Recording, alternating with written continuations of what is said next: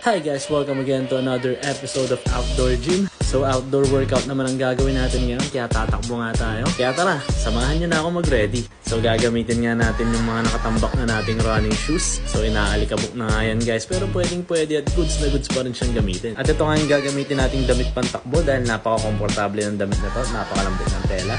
At syempre, dadali nating pamalit yung Mamba Mentality natin. So available na nga yung limited edition Mamba Mentality shirt natin at last 6 na lang yan guys, kaya message na kayo. So nagpantalon din nga ako guys dahil nga magmomotor na tayo.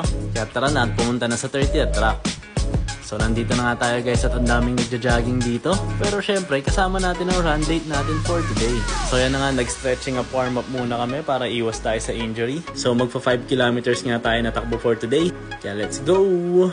Sobrang dami nga rin naming nakasabay na tumatakbo ngayon guys. Ang dami talagang mga taong nag-exercise tuwing simula ng taon. Kaya mas na-encourage din kami mag-workout lalo. So solid na solid nga itong takbo natin na to guys. Ang tagal ko rin di nakatakbo. At yan, pagkatapos natin tumakbo, syempre nag-cooldown din tayo. Eto nga pala yung Mamba Mentality shirt natin guys. So kung gusto nyo nga palang umorder nyan, message nyo lang ako. Sobrang angas nga na to guys. So message na. Follow for more. Bye bye!